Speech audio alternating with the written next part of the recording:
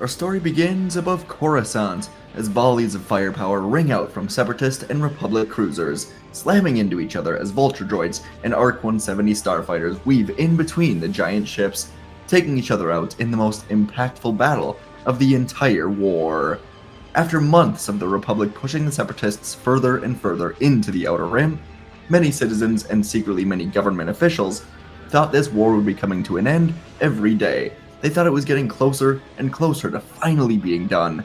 But in the most daring move possible, General Grievous launched his fleet to the capital of the Republic, and the droid armies not only were taking on the Republic ships in space, but they infiltrated the planet not long ago. And now, rumors were circulating that Supreme Chancellor Palpatine has been captured by Grievous himself. This idea was terrifying to even think about for all of the citizens. Their fearless leader, Palpatine of Naboo, is in the hands of Separatist leadership. But when all hope seems lost, the HoloNet broadcasts news of new arrivals to the battle. 2 new arrivals. And on the surface, 2 simple reinforcements may not seem like much. But it's the names that carry the weight of why these reinforcements are so hopeful. The HoloNet says that Anakin Skywalker, the most fearless man in the galaxy, and Obi Wan Kenobi, the greatest negotiator and an amazing fighter, are here to save the day. And so, for millions of people, just hearing that Skywalker and Kenobi are here provides so much hope to what was a hopeless situation just moments ago. And in space, together as one, Skywalker and Kenobi fly their Jedi starfighters side by side, weaving around each other as Vulture droids swarm to intercept them. This, of course, is no issue as Anakin blasts 4 of them out of the sky, and Obi-Wan slows down enough to distract another pair of them before him and Anakin each take one down. They continue to do this, as they are the best of the best, and through his comms, Anakin tells Obi-Wan that this is where the fun begins, and Obi-Wan could tell that Anakin was smiling. That had become a rarity these days, as they've been stuck in the Outer Rim for months.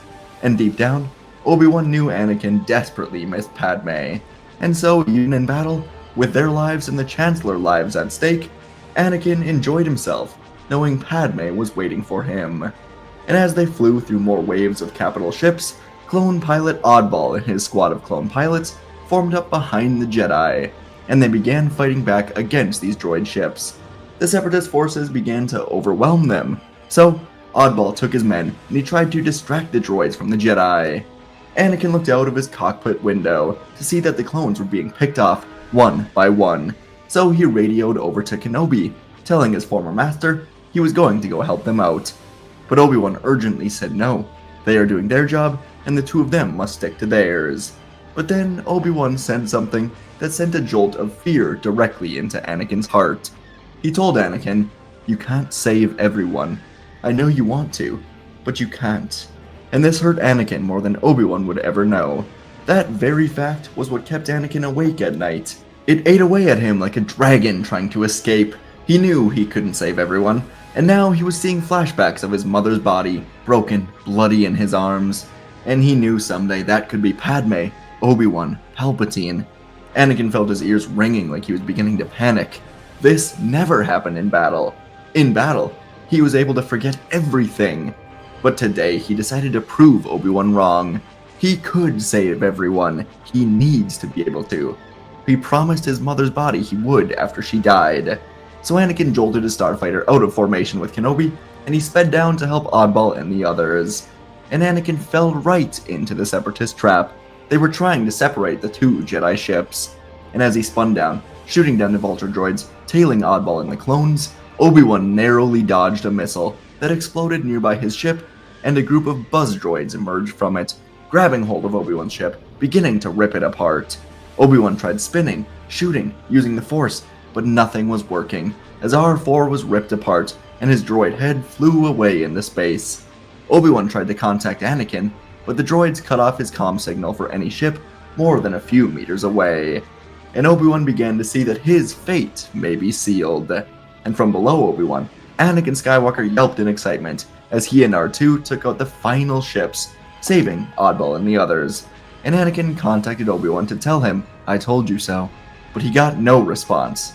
A new pit of fear formed in Anakin's stomach as he looked all around for Obi-Wan's ship until he saw the Jedi starfighter stranded in space, fire and smoke coming out of it from every area.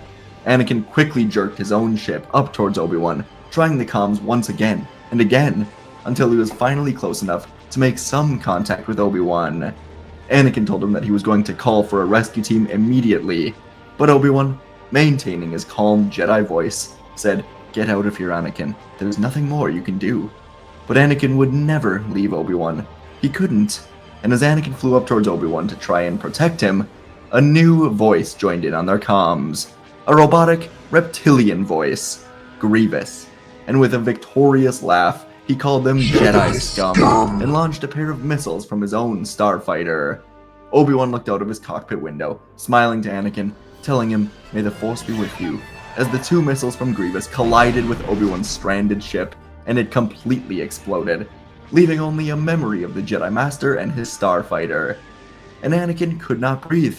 He couldn't think, see, hear. He couldn't fly. He was in a state of disbelief and dismay for what he just saw, and he was completely frozen. R2 worried in sadness. But then, the little droid noticed Grievous and his droids were coming after him and Anakin. R2 tried snapping Anakin out of this daze, but there was no use, and so R2 took over the controls, spinning around incoming fire from the droids, flying to escape the constant firepower, as Anakin was still sorting through his emotions, trying to hide the dark side from completely taking over him.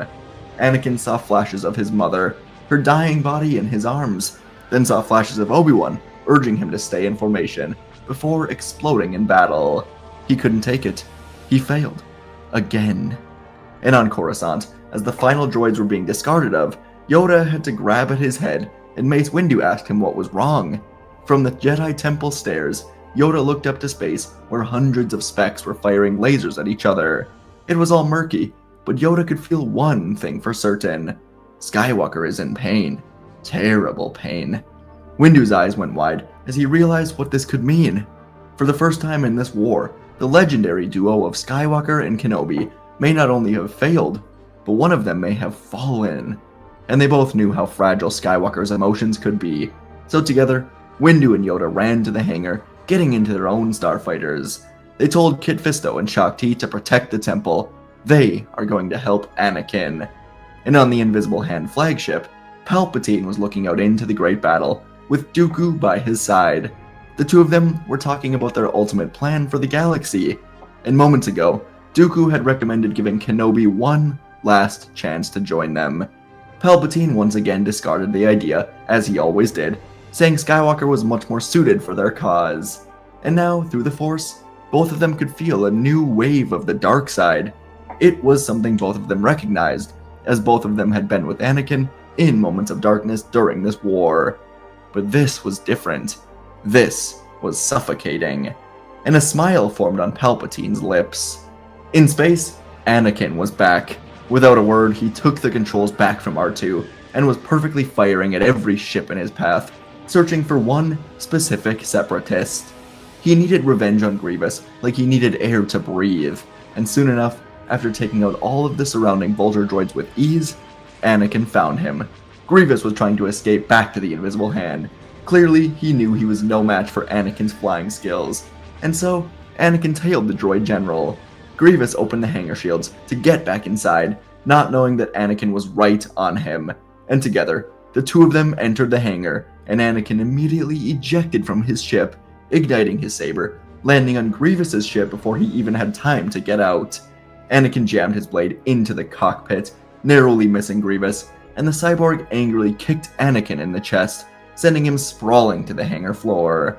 Dozens of battle droids ran at Anakin, blasters firing, but they never stood a chance against him.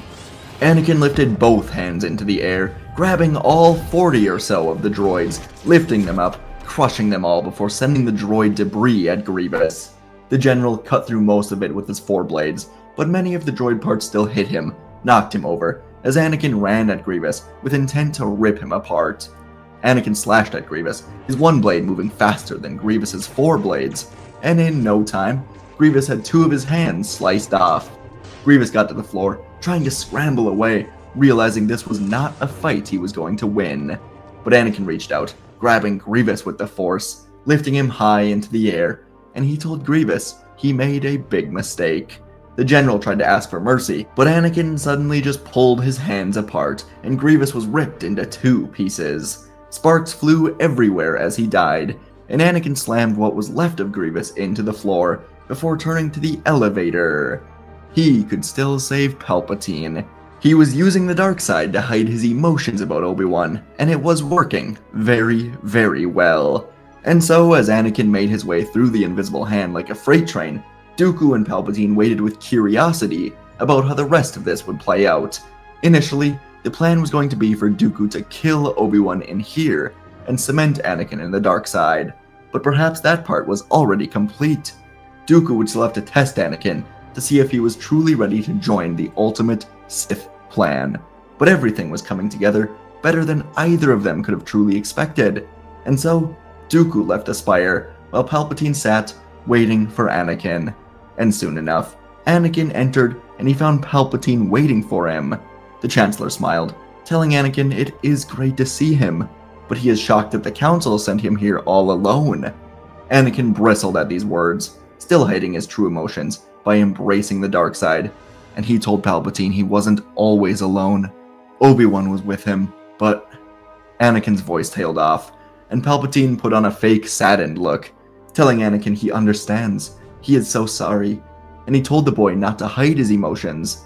He just lost his best friend, and whatever he is feeling is completely natural. Anakin heard this, and it was like he was being granted permission to act in a way that he knew was wrong. He just couldn't stop himself, and Palpatine allowing him to feel this way was so relieving. And so when Dooku entered the room, Anakin would find a new person to direct his blame onto. Deep down, Anakin knew it may be his fault that Obi-Wan died. He should never have veered off to help the clones. Obi-Wan warned him, and he didn't listen, and Grievous came out to take full advantage of it. What was he thinking? But Anakin couldn't let him think about that right now. He just couldn't. So, he ignited his blue blade, and without saying a word, he ran at Dooku. Dooku tried to sincerely apologize for the loss of Obi-Wan, saying that he always thought Kenobi would have made an excellent ally to the Separatists. And Dooku smiled, blocking a strike, saying that Anakin will now join his friend in death. Anakin sprung back at Dooku, flipping over him, striking at his head, as Dooku blocked, readied himself once more, as Anakin just kept coming back at him.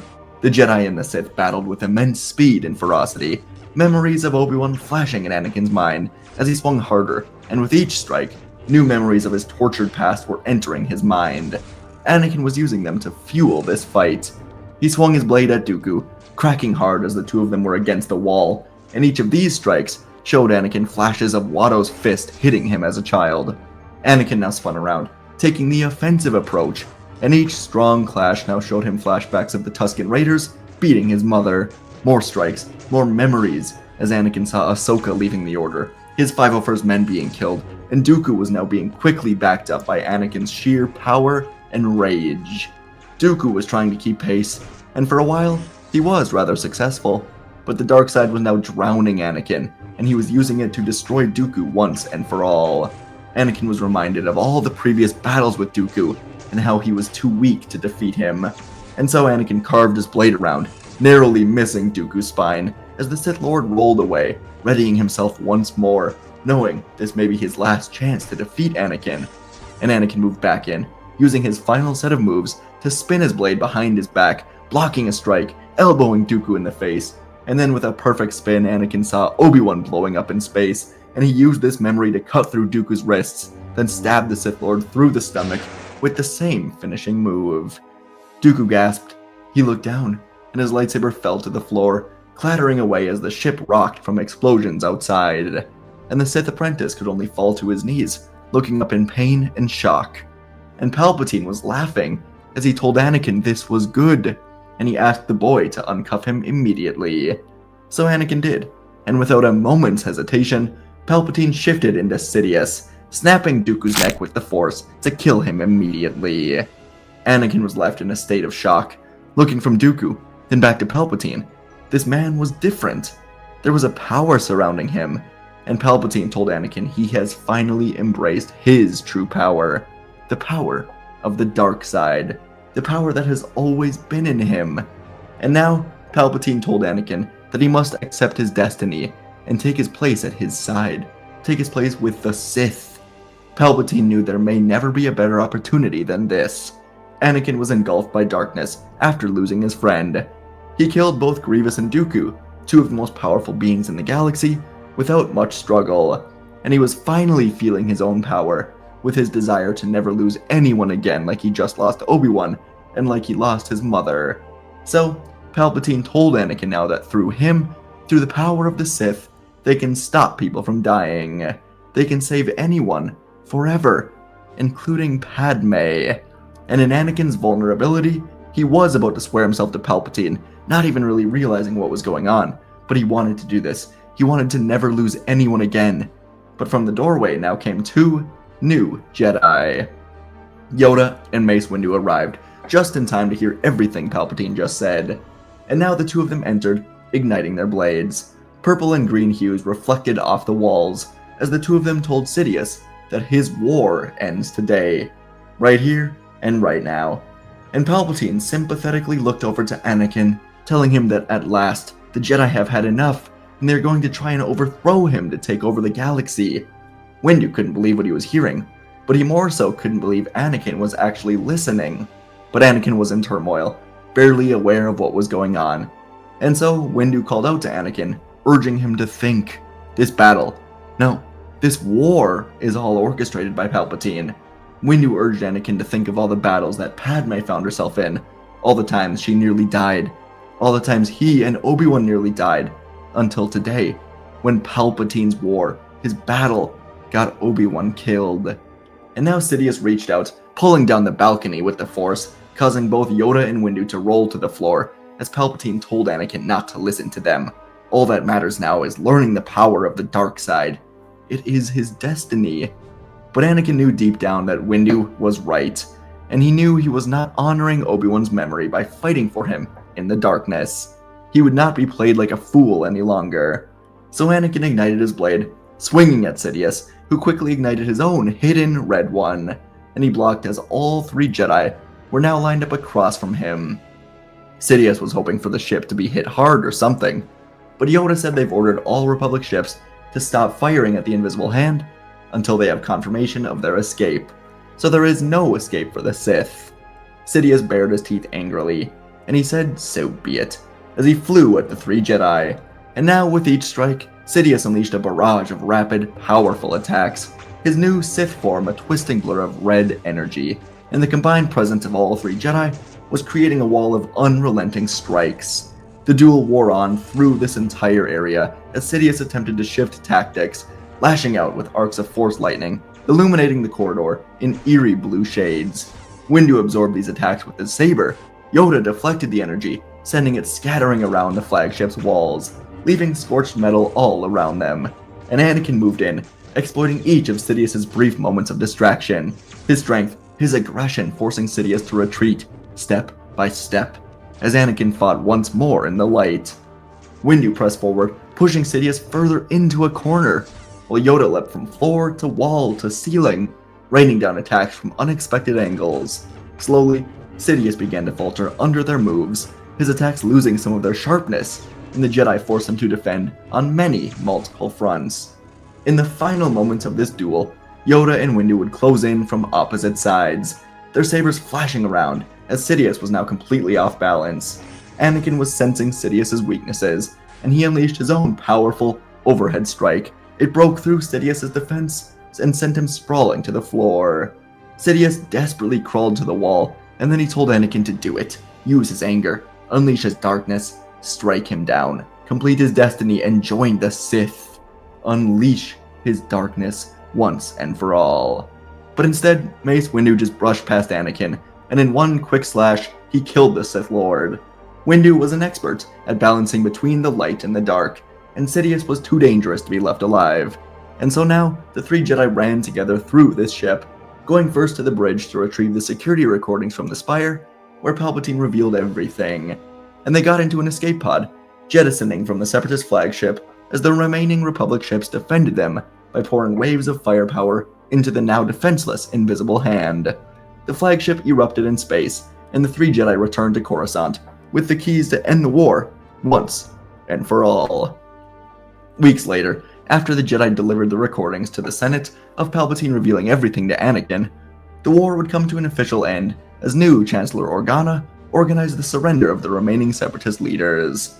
A funeral for Obi Wan would be held in the temple, and Anakin, Ahsoka, Obi Wan, Rex, Cody, Padme, and so many others would be in attendance, as Obi Wan was laid to rest for the final time. Of course, there was no body as he blew up in space, but he was still laid to rest as his memory was in the temple. When it was over, Anakin would spend a long time finding himself, learning to let go of the darkness that had a hold over him, and he would learn to accept that he could not save everyone. In time, the twins would be born here on Coruscant, as both Anakin and Padme decided it was best to raise them here, while staying in the Order and in the Senate, using Ahsoka, Rex, and Padme's handmaidens to help the children whenever needed. It would work well, and the galaxy would be remade, as Qui-Gon Jinn would welcome Obi-Wan into the Force Netherworld, as the Force granted it so, and they would watch over the Skywalker family for years to come. And folks, that is our story for today. I was listening to the Revenge of the Sith audio book, right? I don't know why I said right, not like you have any idea, but I was, promise. And it really emphasizes just how intense the flying over the Battle of Coruscant was, and it was maybe a week ago or so, I don't know. And I was just like, hey, what if Obi-Wan or Anakin died in it? And Obi-Wan does nearly die with the buzz droids, like it takes a miracle pretty much for Anakin to get them out of there, so hey, Anakin follows Oddball, sorry Obi-Wan. I had fun writing this, it's just, obviously I've probably explored Anakin's dark side emotions like over 100 times at this point, but it's still really fun. Stories like this where, he loses someone in part of his life where he would almost literally turn to the dark side immediately upon losing someone, as we see with his dreams a day after this in the movie. Yeah, it made sense to just have it happen in battle, and Anakin almost just give up completely. R2, thanks for taking over and flying the ship. Great job for that little droid. And yeah, I wanted to introduce Grievous to be the one to do it, rather than just have Obi-Wan kill a bunch of buzz droids, because yeah, that would be like, I don't know, boring. So yeah, Grievous blows him up. Anakin kills Grievous, kills Dooku, and yeah, happy ending without Obi-Wan. Hope you guys enjoyed. Let me know what you thought. Let me know what you want to see next, and I'll see you in the next video.